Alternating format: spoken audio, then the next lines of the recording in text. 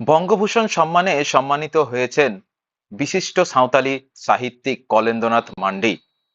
আন্তর্জাতিক ভাষা দিবসের দিনে তার হাতে এই সম্মান তুলে দেন রাজ্যের মুখ্যমন্ত্রী মমতা বন্দ্যোপাধ্যায়। তিনি ইতিমধ্যেই প্রায় 10খানা বই লিখে ফেলেছেন, যার মধ্যে কিছু বাংলা ভাষায় এবং কয়েকটি সাঁওতালি ভাষায় রচনা করা হয়েছে। আর এই সাফল্যের জন্য আজ পুরুলিয়া জেলা পরিষদের পক্ষ থেকে একটি সংবর্ধনা জ্ঞাপন অনুষ্ঠান অনুষ্ঠিত হয় পুরুলিয়া জেলা পরিষদে।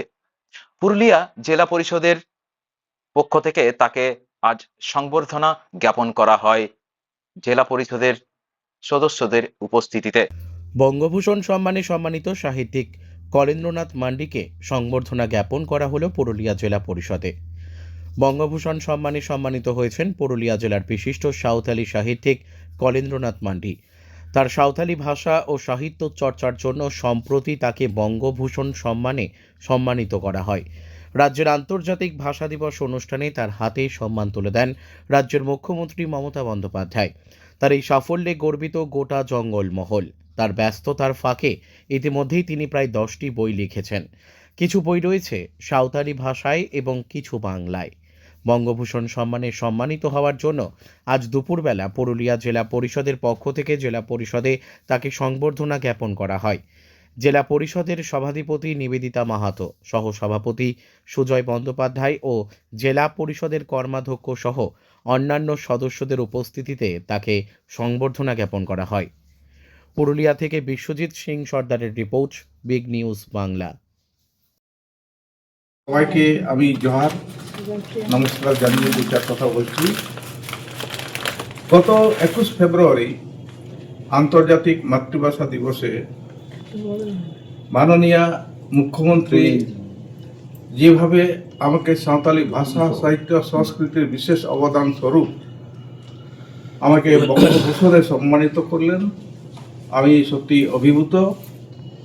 যখন বাংলা ভাষার প্রতি চতুর্দিকে একটা আক্রমণ চলছে, বাংলা ভাষাভাষী মানুষকে বিতাড়িত করার একটা চক্রান্ত চলছে, সেই সময় ভাষা দিবস উপলক্ষে আমার এই সম্মাননা, আমার দায়িত্বটা আরও বেড়ে গেল।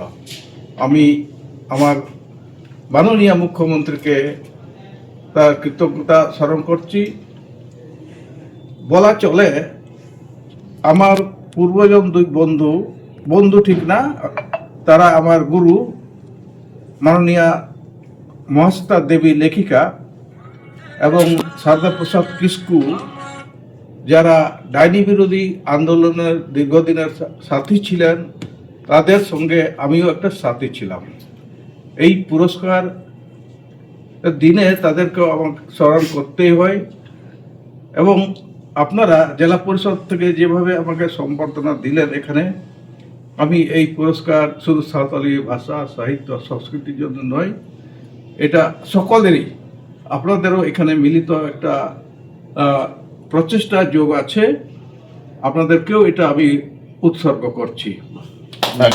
আমরা সবাই জানি আমাদের সবচাইতে কথা রবীন্দ্রনাথ ঠাকুরের পরিষ্কার বক্তব্য যেটা, যে মাতৃভাষা মাতৃদুগ্ধ, এইটাকে খেয়াল রেখে আমাদের নেত্রী মমতা ব্যানার্জি মহাশয়া যেমন একদিকে সাঁওতালির সংস্কৃতি, সাঁওতালি অলচিকি এগুলোকে সমৃদ্ধ করার যে ব্যবস্থা করা এবং যারা লিখছেন তাদেরকে এবং সাঁওতাল সমাজের গুণীজনদেরকে সম্মানিত করা, ঠিক তেমনি আমাদের রাজবংশী ভাষা এবং আমাদের কুড়মালি ভাষা, সেই ভাষাগুলোকে অষ্টম তফসিলিভুক্ত করার জন্য তিনি কেন্দ্রীয় সরকারের কাছে আমার পশ্চিমবঙ্গ সরকারের তরফ থেকে দাবি জানিয়েছেন।